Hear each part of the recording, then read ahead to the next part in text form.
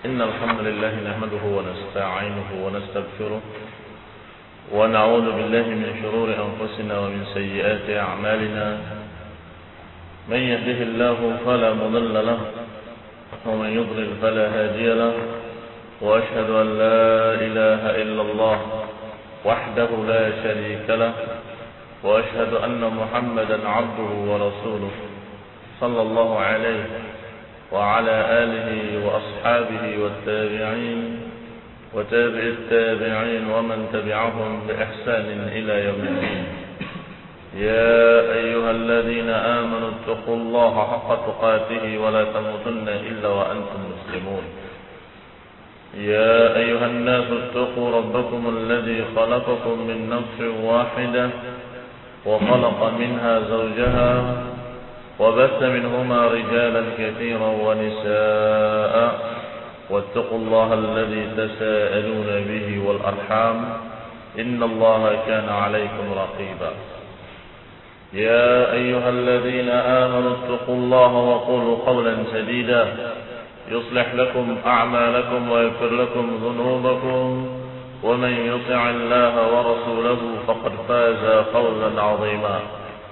أما بعد فإن خير الحديث كتاب الله وخير الهدي هدي محمد صلى الله عليه وعلى آله وسلم وشر الأمور محدثاتها فإن كل محدثة بدعة وكل بدعة ضلالة وكل ضلالة في النار. Ikhwani fillah a'azakumullah. Ayat berikutnya yang mengandung sifat-sifat Allah yang Allah kenalkan dirinya di dalamnya adalah ayat Allah Subhanahu wa taala dalam surat Al-Furqan ayat 58. Wa tawakkal 'alal hayyil ladzi la yamut. Bertawakallah kata Allah kepada yang Maha Hidup yang tidak pernah mati. Allah kenalkan dirinya dengan sifat hayy kembali sebagaimana yang pernah disebut dalam ayat Al-Kursi. Allah sebutkan kembali namanya dengan Al-Hayy. Tawakkal 'alal Hayy. Bertawakallah kepada Allah, kepada Al-Hayy. Berarti di sini adalah nama yang mengandung sifat, yaitu sifatul haya al-kamilah, sifat kehidupan yang maha sempurna. Di antara bukti bahwa sifat kehidupannya adalah maha sempurna, Allah katakan la yamut, dan tidak akan mati. Inilah perbedaan dengan kehidupan makhluk, yang semua makhluk pasti akan dihadapi mati. Kullu nafsin dha'iqatul maut. Setiap jiwa pasti akan didatangi kematian. Terancam dengan kematian lambat laun, cepat atau lambat pasti akan mati. Sedangkan Allah Subhanahu wa taala Maha Hidup dan tidak akan mati. Sehingga al-hayah bagi Allah dengan hayah bagi makhluk tidak sama. Laisa kamitslihi syai' wa huwa as-sami'ul basir. Tidak ada yang serupa dengan Allah Subhanahu wa taala. Wa lam yakul lahu kufuwan ahad. Sehingga ketika kita menyifati Allah dengan sifat hidup, tentunya kita yakin kehidupan bagi Allah tidak sama dengan kehidupan makhluk, karena kehidupan makhluk terancam kematian. Kullu man 'alaiha fan. Semua yang ada di muka bumi ini akan fana, akan binasa. Wa yabqa wajhu rabbika. Dan akan tetap kekal Rabb kamu, wajah Rabb kamu yang akan terus kekal, karena Allah Subhanahu wa taala tidak dikenai kematian. Tentunya sebagaimana telah diterangkan kemarin, kalau Allah Subhanahu wa taala memiliki al-haya al-kamilah, kalau Allah Subhanahu wa taala memiliki sifat kehidupan yang sempurna, maka maknanya semua sifat-sifat yang lainnya pun yang merupakan lawazimul haya. Lawazimul haya itu artinya konsekuensi dari yang namanya hidup. Tentunya sifat-sifat lainnya pun karena itu juga bermakna kehidupan, juga sempurna bagi Allah Subhanahu wa taala. Maka sifat-sifat penglihatan, pendengaran Allah seluruhnya dalam keadaan sempurna selalu. Tidak pernah kemudian karena ngantuk kemudian berkurang, atau karena tidur kemudian hilang. Tidak ada. Bagi Allah Subhanahu wa taala, karena Allah memiliki sifat haya al-kamilah yang tidak dikenai kantuk dan tidur, yang tidak terancam kematian, maka Allah Subhanahu wa taala memiliki sifat-sifat yang sempurna sepanjang masa selama-lamanya. Ini azali, sifat-sifat kesempurnaannya tetap azali, kekal sebagaimana kekekalan zatnya. Maka kehidupannya pun kekal, tidak terancam kematian. Maka ikhwan fillah azakumullah, kita lihat ayat-ayat ini seperti ayat-ayat kemarin. Bahwa Allah selalu menerangkan tentang dirinya dengan sifatul isbat, dengan menetapkan sifat yang mulia dan menafikan sifat-sifat yang menunjukkan kekurangan. Sehingga menjadi jelas apa makna kehidupan bagi Allah. Tidak hanya menetapkan bahwa Allah Maha hidup, tapi Allah katakan la ta'khudhuhu sinatun wa la nawm. Tidak cukup hanya menyatakan Allah Maha hidup, tapi Allah katakan al-hayyul ladzi la yamut. Hidup yang tidak pernah mati, hidup yang tidak pernah ngantuk, hidup yang tidak pernah tidur.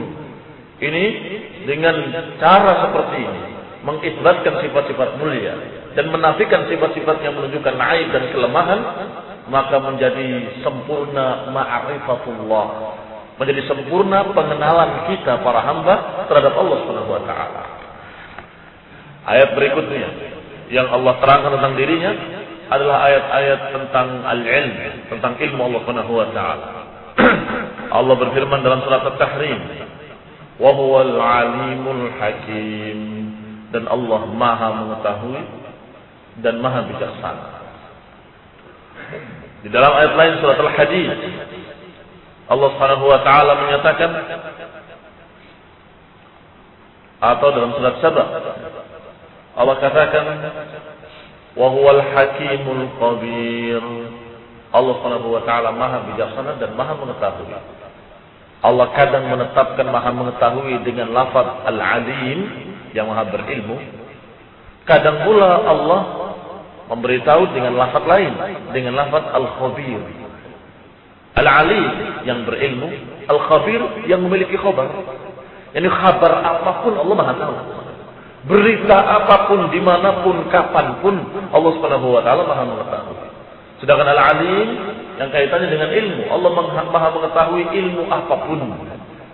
Maka dua-duanya sering diterjemahkan dengan hampir sama, bahwa Allah Maha mengetahui. Dikatakan pula secara rincinya Allah sebutkan, ya'lamu ma yaliju fil ardi wa ma yakhruju minha wa ma yanzilu minas sama'i wa ma ya'ruju fiha. Allah Maha mengetahui apa yang tenggelam dalam bumi dan apa yang keluar dari bumi. Dan tahu Allah Maha tahu apa yang turun dari langit dan apa yang naik ke langit. Kalau kita melihat bumi ini, setiap hari, bahkan setiap saat, setiap detik, ada yang naik, ada yang turun. Setiap saat ada yang masuk ke dalam bumi, entah air, entah apapun, meresap ke dalam bumi atau masuk ke dalam bumi. Dan setiap saat, setiap detik ada pula yang keluar dari bumi, yang pandangan manusia yang terbatas tidak bisa melihat. Pohon ini sepertinya kemarin dengan sekarang sama, padahal tiba-tiba seminggu kemudian dia sudah tinggi sekian. Berarti ada yang keluar sesuatu dari bumi. Ikhwan fillah azakumullah, Allah Maha mengetahui yang masuk ke dalam bumi dan Allah Maha mengetahui yang keluar daripadanya setiap saat di seluruh tempat dimanapun. Demikian pula Allah Maha mengetahui yang turun dari langit dan yang naik ke langit. Apakah para malaikat yang turun dari langit dan yang naik ke atas, atau amal saleh yang naik ke langit, atau apapun yang Allah Maha mengetahui yang manusia tidak mengetahui. Maka Allah Subhanahu wa taala menerangkan rincian ini untuk menunjukkan dirinya memiliki sifat alim, untuk menunjukkan dirinya memiliki sifat khabir, Maha mengetahui dan Maha berilmu. Demikian pula Allah Subhanahu wa taala berfirman di dalam ayatnya yang juga menerangkan tentang ilmunya. Wa 'indahu mafatihul ghaib la ya'lamuha illa hu. Allah memiliki kunci-kunci kegaiban, kunci-kunci ilmu gaib. La ya'lamuha illa hu, yang tidak ada yang mengetahuinya kecuali Allah Subhanahu wa taala.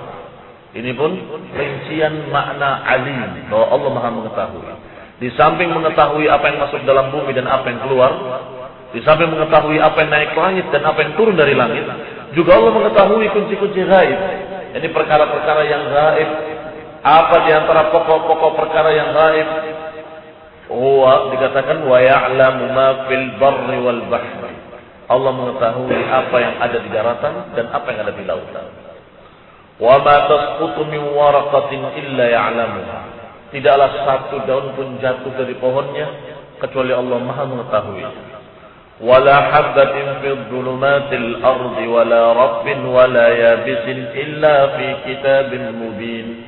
Dan semua biji-bijian yang ada di dalam kegelapan bumi, yang dalam keadaan terkubur dalam bumi, biji-bijian yang kita melihatnya tanah biasa, Allah Maha mengetahui di sana ada biji-bijian. Kita mengetahuinya ketika sudah ditimpa hujan, muncul hijau-hijau. Padahal tadi seperti tanah biasa, tidak ada apapun. Sedangkan Allah Subhanahu wa taala Maha mengetahui bahkan yang di dalam kegelapan bumi, yang di bawahnya. Demikian pula yang rabbin, demikian pula yang yabisin, yang basah ataupun yang kering. Semuanya fi kitabim mubin. Semuanya tercatat di dalam catatan yang jelas. Demikian dalam surat Al-An'am ayat 59. Juga Allah rincikan lagi ilmunya.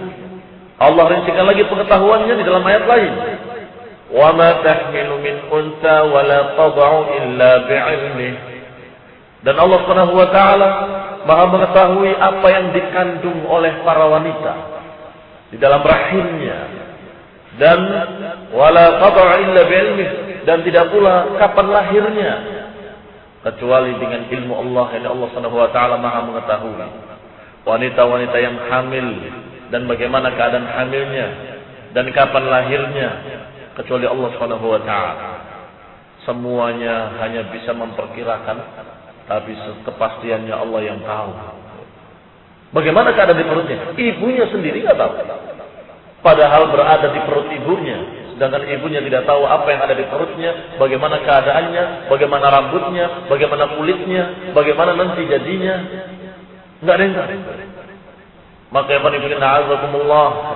Allah merincikan ilmunya bahwa Allah Maha mengetahui semua apa yang terjadi di rahim para wanita. Ayat lain Allah katakan, "Lita'lamu anna Allah 'ala kulli syai'in qadir wa anna Allah qad ahata bi kulli syai'in 'ilma." Kata Allah telah merincikan satu persatu. Allah katakan dalam ayat lain, di dalam surat At-Talaq ayat 12, "Lita'lamu anna Allah 'ala kulli syai'in qadir." Yang demikian agar kalian tahu bahwa Allah atas segala sesuatu Maha Kuasa. Wa anna Allah qad ahata bi kulli syai'in 'ilma, dan bahwasanya Allah telah meliputi segala sesuatu ilmunya. Ahata bi kulli syai' artinya meliputi segala sesuatu. Ilmu Allah meliputi segala sesuatu yang di langit, yang di bumi, yang ada di antara keduanya atau yang di dalam bumi. Apa yang masuk, apa yang keluar, apa yang naik, apa yang turun. Dan Allah Maha mengetahui biji-bijian yang ada di dalam bumi. Allah Maha mengetahui daun yang jatuh setiap saatnya, dan Allah mengetahui apa yang ada di rahim-rahim para ibu-ibu. Allah Maha mengetahui bagaimana keadaannya. Maka ini adalah ilmu Allah yang maha luas, yang ahata bi kulli syai', yang meliputi segala sesuatu, yang semestinya para hamba ini, manusia-manusia ini, kalau betul-betul yakin dengan ilmu Allah, maka berarti tidak akan bisa sembunyi dari Allah. Kalau yakin bahwa Allah alimun khabir, Allah Maha mengetahui, Allah Maha berilmu, dan ilmunya meliputi segala sesuatu, maka tentunya tidak ada satu makhluk pun yang bisa sembunyi dari Allah, dan tidak ada satu manusia pun yang bisa sembunyi dari Allah.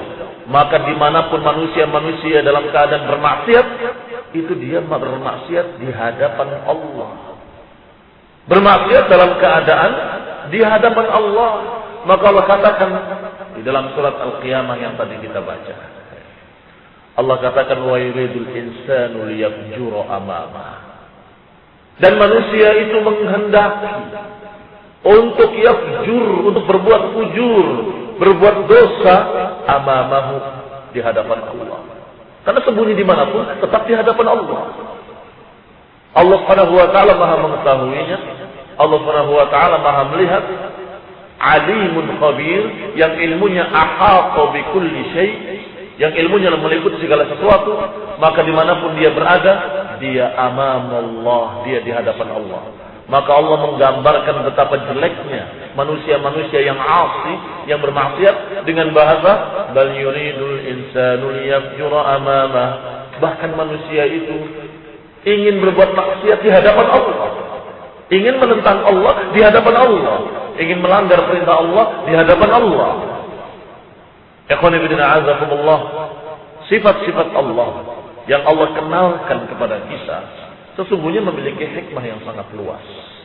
Kalau kita kenal Allah, kenal ilmunya, kenal sifat-sifatnya, maka tentunya kita akan menjadi orang yang beriman. Dan orang yang beriman dalam hatinya akan tampak pengaruhnya pada anggota badannya. Di samping sifat ilmu, di dalam ayat-ayat tadi Allah iringkan dengan Al-Hakim, sifat hikmah.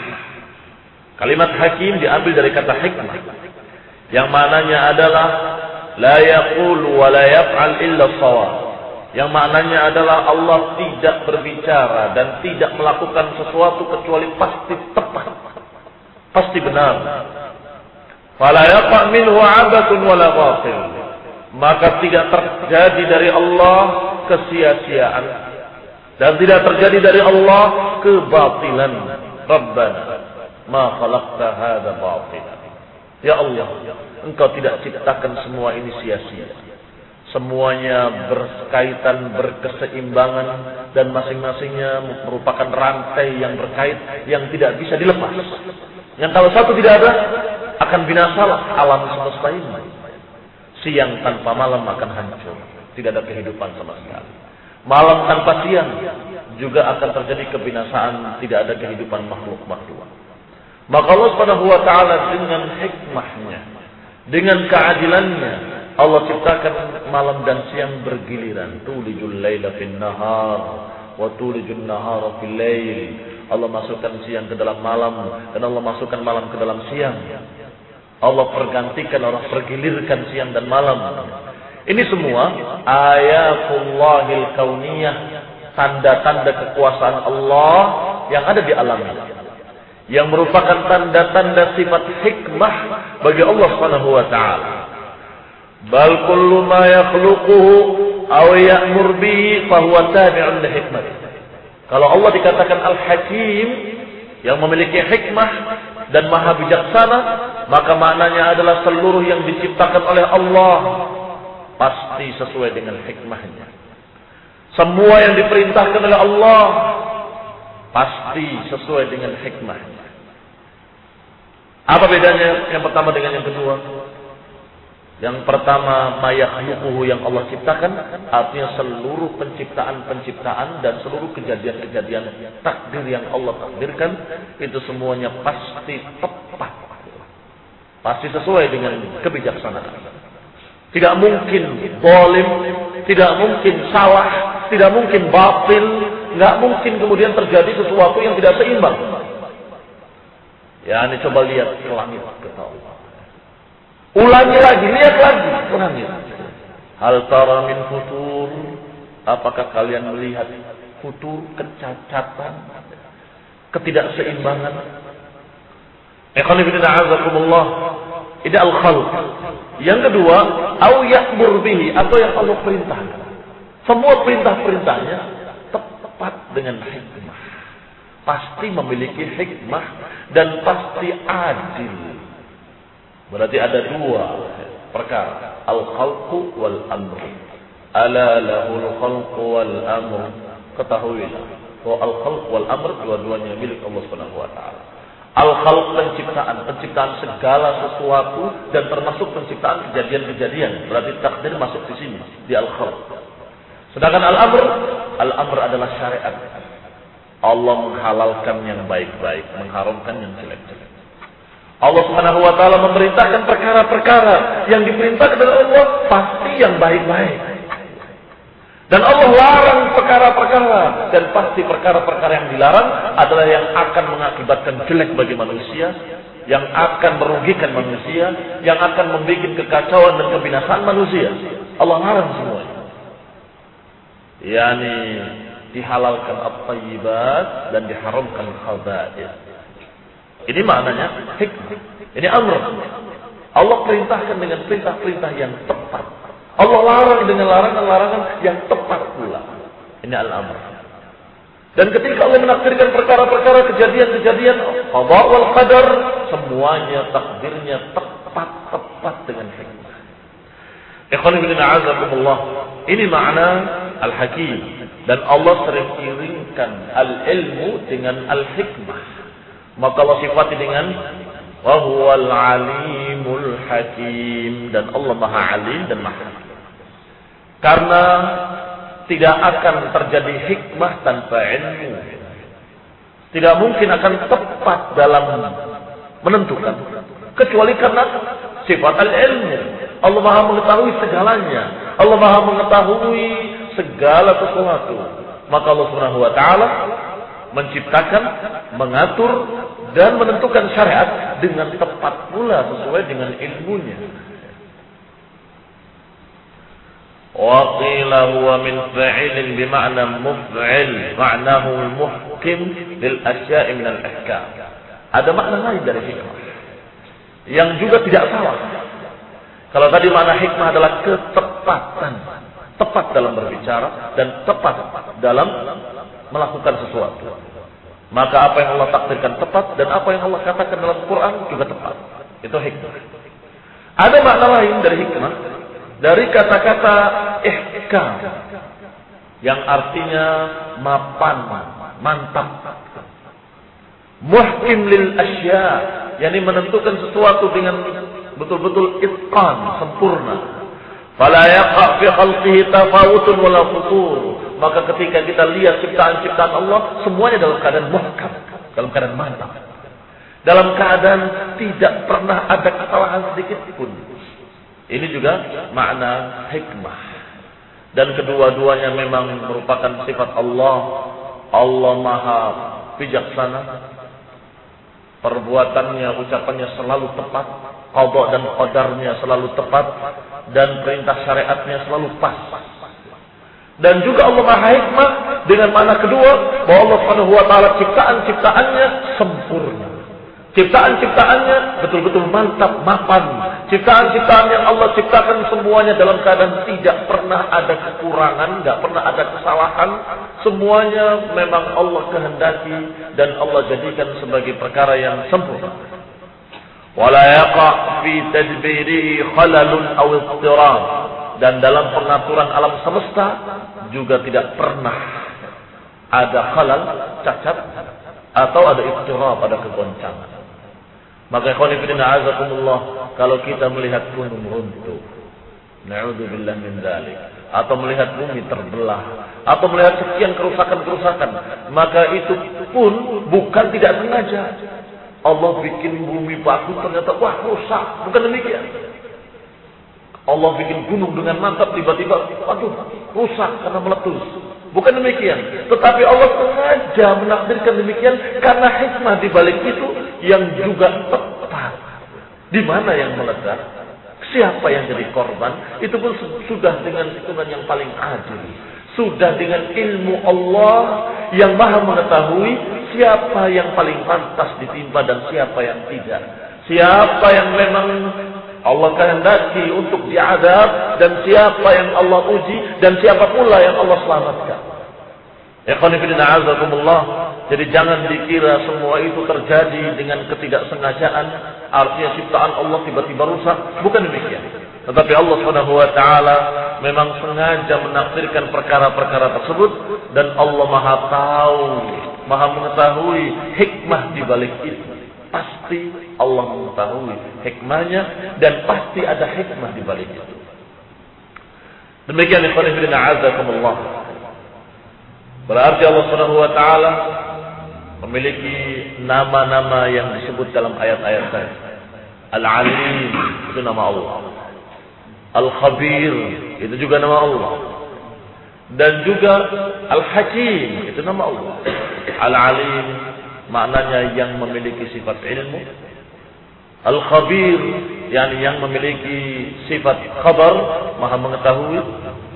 Dan Al-Hakim yang maha memiliki sifat hikmah.